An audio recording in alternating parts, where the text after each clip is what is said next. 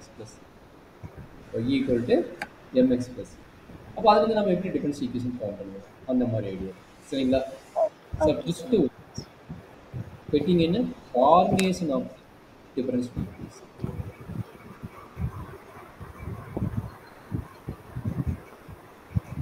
Formation of the difference equation.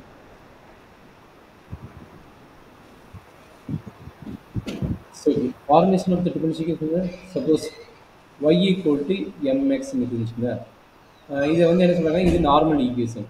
Is convert to என்ன சொல்றாங்க, difference equation. Convert to difference equation. So அப்போ என்ன பண்ண போகிறோம், இதில் எத்தனை ஆர்பிட்ரரி கான்ஸ்டன்ட் இருக்குன்னு பார்க்க போகிறோம். ஒரு டிஃபரன்ஷியல் ஈக்குவேஷன் கொடுத்துருந்தாங்க, ஒரு நார்மல் ஈக்குவேஷன் கொடுத்துருந்தா அதில் எத்தனை ஆர்பிட்ரரி கான்ஸ்டன்ட் இருக்குன்னு பார்க்க போகிறோம். அதுலேருந்து நம்மளுக்கு என்ன தெரியும், அது order of the difference equation தெரியும். சரிங்களா? Order of the difference equation உங்களுக்கு தெரியும். அப்போ இங்கே எத்தனை ஆர்பிட்ரரி கான்ஸ்டன்ட் இருக்குது, ஒரே ஒரு ஆர்பிட்ரரி கான்ஸ்டன்ட் இருக்குது. அப்போ என்ன meaning, first order difference equation தெரியும்.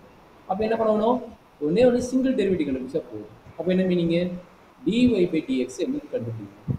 dy by dx என்ன கிடைக்கும், m into dx, dx by x 1. அப்போ dy by dx என்னது m. அப்போ அந்த mக்கு பதிலாக ரீப்ளேஸ் பண்ணணும், அந்த mக்கு பதிலாக இங்கே ரீப்ளேஸ் பண்ணணும். அப்போ என்னாச்சு, y equal to dy by dx into x.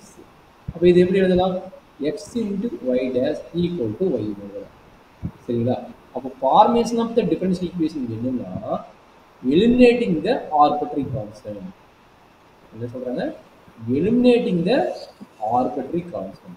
இதுதான் formation of difference equation meaning என்ன, எத்தனை ஆர்பிட்ரரி கான்ஸ்டன்ட் இருக்குதோ அத்தனை டெரிவேட்டிவ் கண்டுபிடிங்க. ஃபர்ஸ்ட் ஆர்டர்னா ஃபர்ஸ்ட் டெரிவேட்டிவ், ரெண்டு ஆர்பிட்ரரி இருந்தால் செகண்ட் ஆர்டர் கண்டுபிடிங்க. ஏதோ ஒன்று பண்ணிட்டு எனக்கு ஆர்பிட்ரரி கான்ஸ்டன்ட் வந்து எலிமினேட் பண்ணிக்கிறேன். எலிமினேட் பண்ணிட்டா